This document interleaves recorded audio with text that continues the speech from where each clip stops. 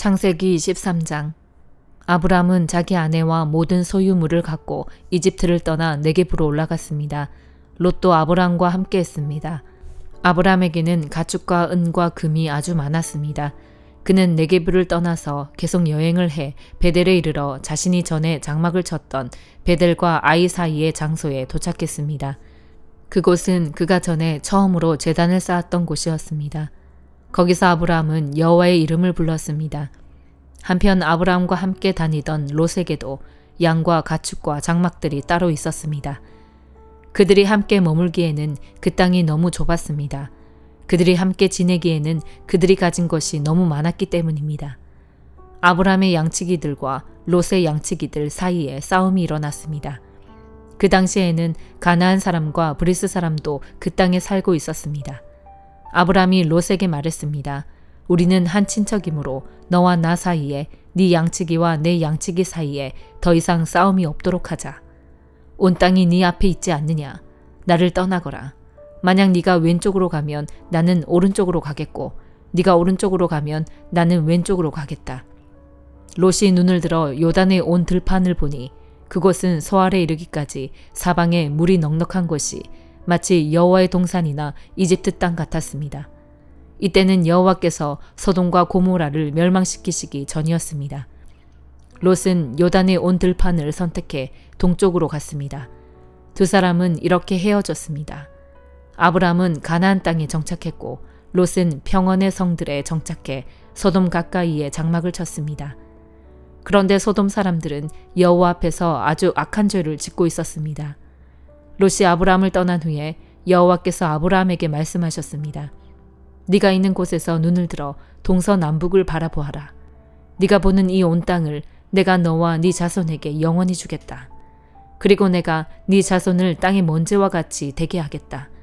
먼지를 셀 수 있는 사람이 있다면 네 자손도 셀 수 있을 것이다. 일어나 이 땅을 동서남북으로 누비며 다녀보아라. 내가 그것을 너에게 주겠다. 그리하여 아브람은 자기 장막을 옮겨 헤브론에 있는 마므레의 큰 나무숲에 살았으며 거기서 여호와의 제단을 쌓았습니다. 마태복음 12장. 그 무렵 안식일에 예수께서 밀밭 사이로 지나가고 계셨습니다. 예수의 제자들은 배가 고파서 이삭을 따서 먹기 시작했습니다. 이것을 본 바리새파 사람들이 예수께 말했습니다. 보시오, 당신 제자들이 안식일에 해서는 안 될 일을 하고 있소. 예수께서 대답하셨습니다. 다윗과 그 일행이 굶주렸을 때 다윗이 한 일을 읽어보지 못했느냐. 다윗이 하나님의 집에 들어가 제사장만 먹게 돼 있는 진설병을 스스로 먹고 또 자기 일행에게도 나누어 주지 않았느냐. 또 제사장들이 안식일에 성전 안에서 안식일을 어겨도 그것이 죄가 되지 않는다는 것을 율법에서 읽어보지 못했느냐. 내가 너희에게 말한다. 성전보다 더 큰 이가 여기 있다. 내가 원하는 것은 제사가 아니라 자비다 라고 하신 말씀의 뜻을 너희가 알았다면 너희가 죄 없는 사람들을 정죄하지 않았을 것이다. 인자는 안식일의 주인이다. 예수는 그곳을 떠나 유대 사람의 회당으로 들어가셨습니다. 그곳에는 한쪽 손이 오그라든 사람이 있었습니다. 그들은 예수를 고소할 구실을 찾으려고 물었습니다. 안식일에 병을 고치는 것이 옳습니까? 예수께서 말씀하셨습니다. 만일 너희 중 누군가 양 한 마리가 있는데 안식일에 그 양이 구덩이에 빠진다면 붙잡아 꺼내주지 않겠느냐. 하물며 사람이 양보다 얼마나 더 귀하냐. 그러니 안식일에 선한 일을 하는 것이 옳다. 그러고 나서 예수께서는 그 사람에게 말씀하셨습니다. 네 손을 펴보아라. 그러자 그 사람이 손을 쭉 폈고 그 손은 다른 손처럼 회복됐습니다. 그러나 바리새파 사람들은 밖으로 나가 어떻게 하면 예수를 죽일까 음모를 꾸몄습니다. 그러나 예수께서 이것을 알고 그곳을 떠나셨습니다. 많은 무리가 예수를 따라갔고 예수께서는 그들을 모두 고쳐주셨습니다. 그리고 자신에 대한 소문을 내지 말라고 그들에게 경고하셨습니다. 이는 예언자 이사야를 통해 하신 말씀을 이루시기 위한 것이었습니다. 보라, 내가 택한 내 종, 내가 사랑하는 자, 내가 그를 기뻐한다. 내가 내 영을 그에게 주리니 그가 이방의 정의를 선포할 것이다. 그는 다투지도 않고 울부짖지도 않을 것이니 아무도 길에서 그의 음성을 듣지 못할 것이다. 그는 정의가 승리할 때까지 상한 갈대도 꺾지 않고 꺼져가는 심지도 끄지 않을 것이다. 또 이방이 그 이름에 희망을 걸 것이다. 그때 사람들이 귀신이 들려서 눈 멀고 말하지 못하는 사람을 예수께 데리고 왔습니다. 그리고 예수께서 이 사람을 고쳐주시자 그 사람이 말도 하고 볼 수 있게 됐습니다. 그러자 모든 사람이 놀라며 말했습니다. 이분이 혹시 그 다윗의 자손이 아닐까? 그러나 이 말을 듣고 바리새파 사람들은 이 사람이 귀신의 왕 바알세불의 힘을 빌려 귀신을 내쫓는다라고 말했습니다. 예수께서는 그 생각을 아시고 그들에게 말씀하셨습니다.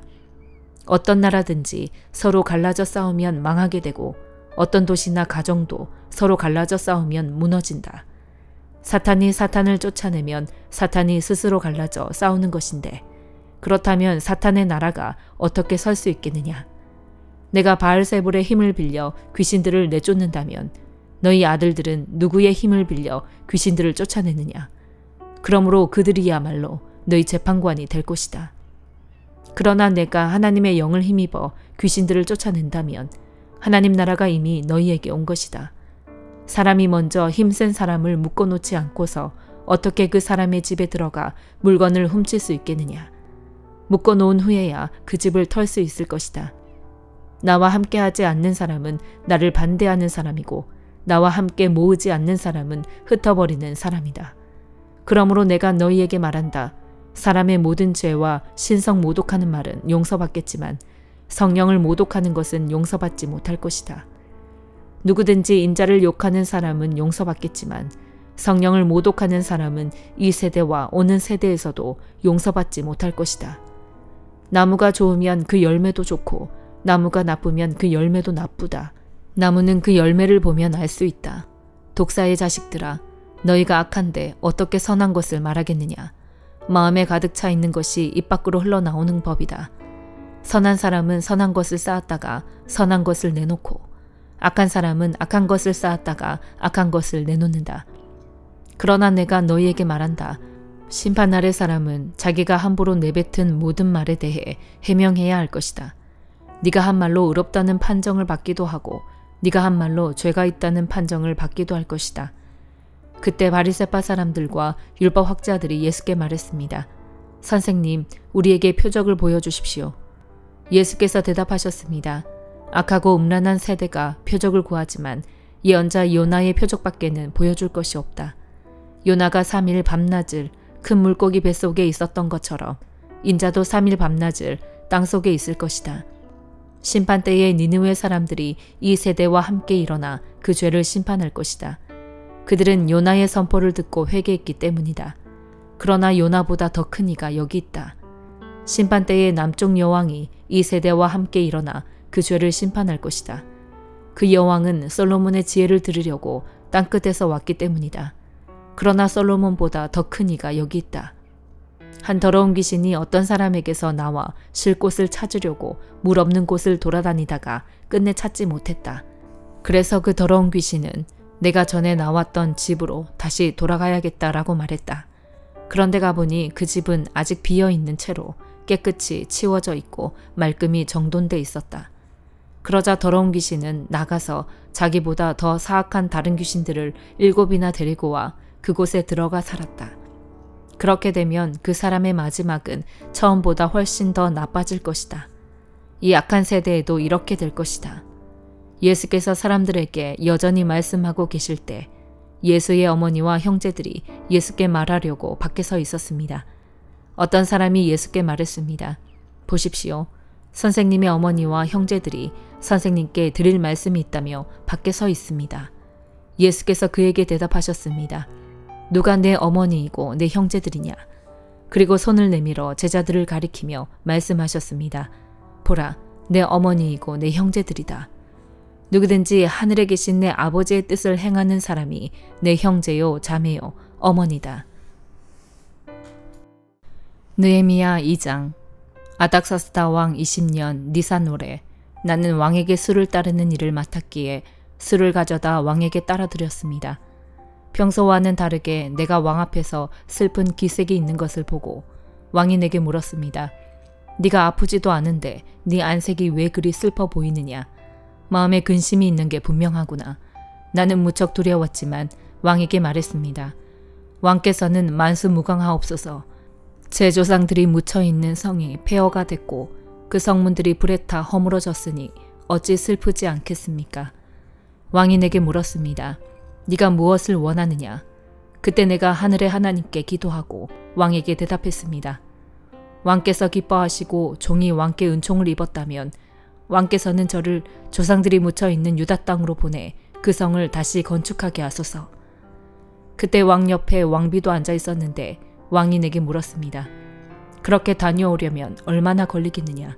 언제쯤 돌아오겠느냐? 왕이 나를 보내기를 허락한 것입니다. 그래서 나는 왕에게 기한을 정해 말했습니다. 내가 다시 왕에게 말했습니다. 만약 왕께서 기뻐하신다면 제가 유다에 도착할 때까지 무사히 통과할 수 있도록 유프라테스 강 건너 총독들에게 보여줄 친서를 써주시겠습니까? 그리고 왕의 산림 감독 아삽에게 친서를 내리셔서 성전 옆 성문과 성벽과 제가 살게 될 집의 들보 제목을 내주도록 해주십시오. 왕은 내게 허락해 주었습니다. 내 하나님의 은혜로운 손길이 내 위에 있었기 때문입니다. 왕은 군대 장교들과 기마병을 나와 함께 보내주었고 나는 이렇게 유프라테스 강 건너 총독들에게 가서 왕의 친서를 전했습니다. 호론 사람 산발락과 관리인 암몬 사람 도비아가 이 소식을 들었습니다. 어떤 사람이 이스라엘 족속의 재건을 위해 왔다는 말에 그들은 심기가 몹시 불편해졌습니다. 나는 예루살렘으로 가서 그곳에서 3일 동안 머물렀습니다. 그러던 중 밤에 몇 사람을 데리고 순찰을 나갔습니다. 나는 내 하나님께서 내 마음에 예루살렘을 위해 할 일을 정해두신 것을 아무에게도 말하지 않은 상태였습니다.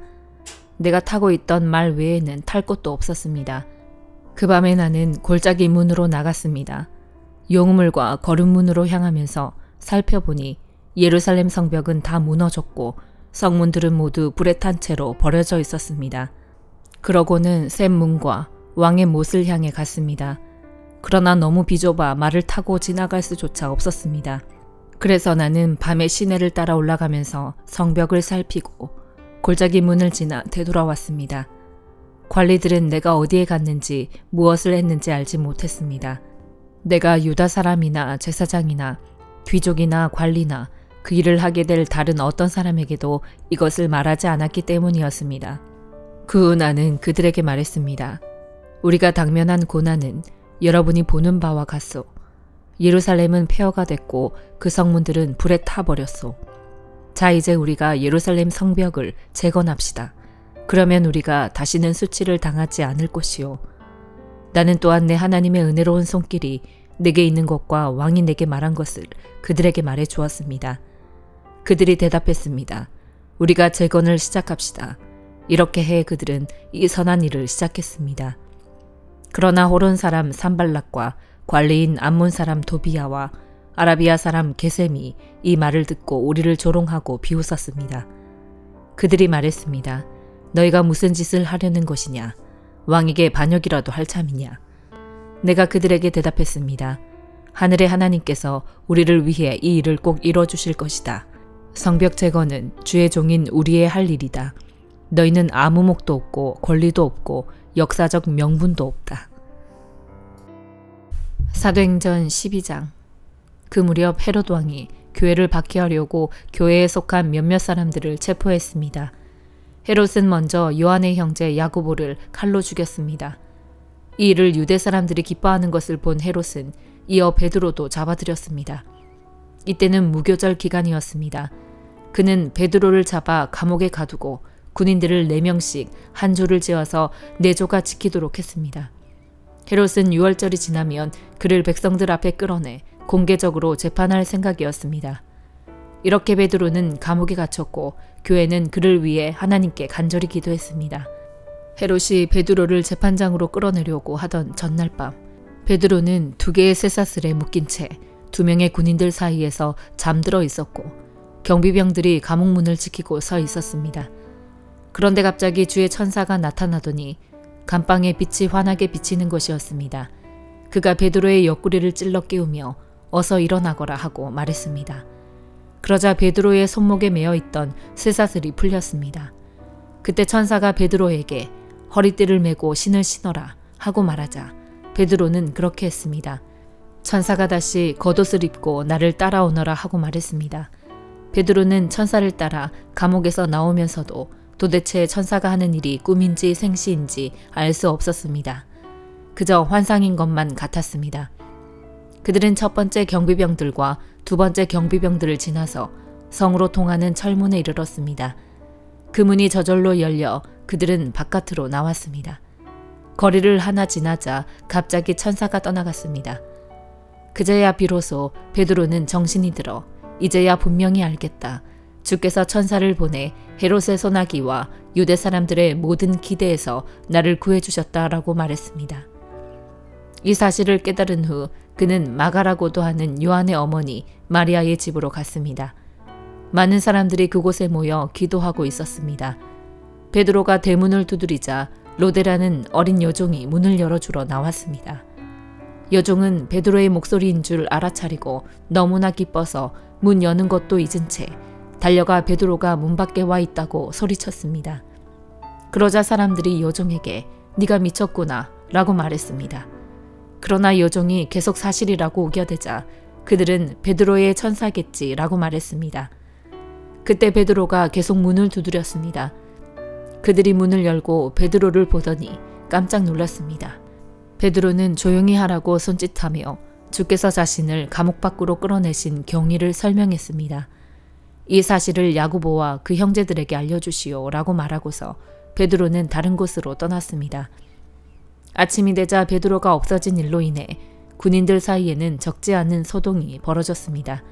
헤롯이 샅샅이 뒤져보았지만 베드로를 찾을 수 없게 되자 헤롯은 경비병들을 신문한 뒤 그들을 대신 처형하라고 명령했습니다. 당시 헤롯은 두로와 시돈 사람들을 못마땅하게 여기고 있었습니다.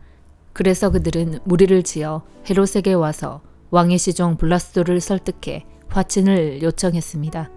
이것은 자기들이 헤롯 왕의 영토에서 나는 양식을 공급받고 있기 때문이었습니다. 약속한 날에 헤롯은 왕의 의복을 갖춰 입고 왕자에 앉아 사람들에게 연설을 했습니다. 그러자 사람들은 이것은 신의 음성이지 사람의 음성이 아니다라고 외쳤습니다. 그런데 헤롯이 하나님께 영광을 돌리지 않았기 때문에 주의 천사가 즉시 헤롯을 내리쳐서 그는 벌레에 먹혀 죽고 말았습니다.